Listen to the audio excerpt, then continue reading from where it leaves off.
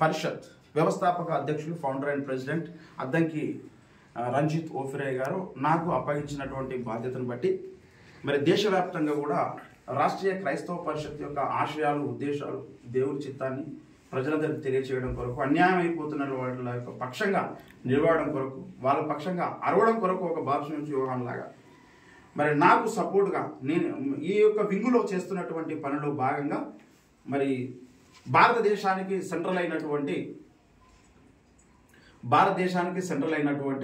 ఢిల్లీ నడిబొడ్డుకు రావడం జరిగింది. ఇక్కడ మరి దైవజనులు సదాశివయ్య గారు ఉన్నారు. వీరిని ఢిల్లీ తర్వాత ఇక్కడ ఉన్నటువంటి మెట్రోపాలిటన్ సిటీకి వారిని ఈ యొక్క రాష్ట్రీయ మసీహ్ పరిషత్కి వారిని ఇక్కడ పబ్లిసిటీ సెక్రటరీగా నియమించడం జరుగుతుంది. మన అందరూ కూడా ఏదైనా విషయం ఉంటే వారిని సంప్రదించాలని మనం చేస్తున్నాను.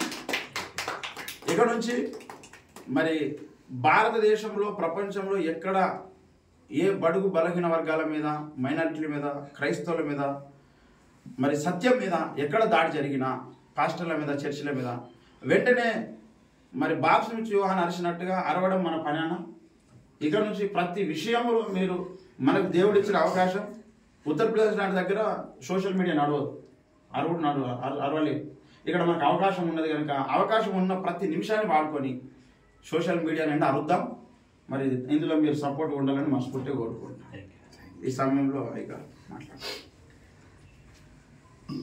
చక్కటి ప్రతి అవకాశాన్ని సద్వినియోగపరుచుకుంటున్నటువంటి మరి ప్రింట్ మీడియా తర్వాత ప్రచార అధికారిక కార్యదర్శి మార్గబాబు గారికి, ఢిల్లీ మెట్రోపాలిటన్ సిటీ మరి మీడియా ప్రధాన కార్యదర్శిగా నియమింపబడ్డటువంటి సదాశివ గారికి హృదయపూర్వక వందనాలు. ఈ వీడియో వీక్షిస్తున్న వారందరూ కూడా భవిష్యత్తులో మీరు కూడా మీ నోరు తెరిచి గట్టిగా అరవాలి అన్యాయం మీద. ప్రభు అన్నాడు, ఐగుప్తు దేశం నుండి మిమ్మల్ని బయటకు రప్పించిన దేవుడని యెహోవాను నేనే. 81వ కీర్తన 10వ వచనంలో నీ నోరు బాగుగా తెరవమన్నాడు, నేను దాన్ని నింపుతా అన్నాడు. న్యాయమైన స్వరమును దేవుడు నింపి బాగుగా అరిచే శక్తిని దేవుడు ఇస్తాడు కనుక అలాంటి దీవెన మనం పొందుకుందాం.